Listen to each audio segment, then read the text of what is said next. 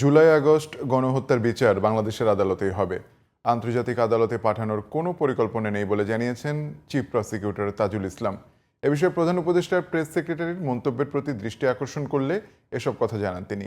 এদিকে চট্টগ্রামের গণহত্যা মামলায় সাবেক এমপি ফজলে করিম চৌধুরীকে একদিনের জন্য জিজ্ঞাসাবাদের অনুমতি দিয়েছে ট্রাইব্যুনাল।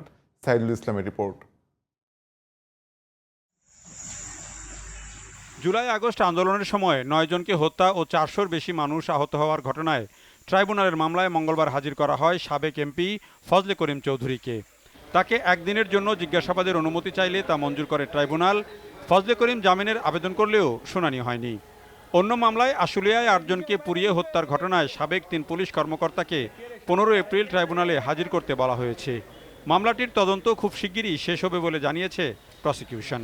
চট্টগ্রামের মামলায় ৪৫৯ জনের আহতের খবর পেয়েছি। আমাদের তদন্ত সংস্থা দিনরাত কাজ করছেন বাকি আসামিদের শনাক্ত করার জন্য, এবং পেছনে যারা এই পুরো পরিকল্পনার সাথে ছিলেন, বিভিন্ন বাহিনীর লোকজন, আওয়ামী লীগ, যুবলীগ, সবাইকে আইডেন্টিফাই করার জন্য যে তৎপরতা সেটা চলমান আছে। সর্বশেষ আশুলিয়ার যে তদন্তটা চূড়ান্ত হয়ে গেছে, এটার তদন্ত রিপোর্ট আশা করছি কয়েকদিনের মধ্যেই চূড়ান্তভাবে এসে যাবে আমাদের হাতে। জুলাই আগস্ট গণহত্যার বিচার আইসিসিতে করা নিয়ে প্রধান উপদেষ্টার প্রেস সেক্রেটারির বক্তব্য বিষয়ে মতামত জানতে চাইলে চিফ প্রসিকিউটর বলেন, এই বিচার বাংলাদেশেই হবে।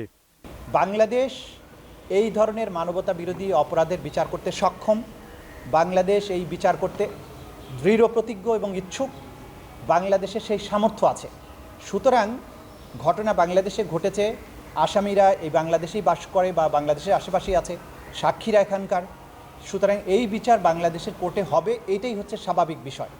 আইসিসিতে তখনই যেতে হয় যদি কোনো রাষ্ট্রের অভ্যন্তরে সংগঠিত মানবতা বিরোধী অপরাধের বিচার করতে সেই রাষ্ট্র সক্ষম না হয়, অথবা সেই রাষ্ট্র যদি এই বিচার করতে উইলিং না হয়।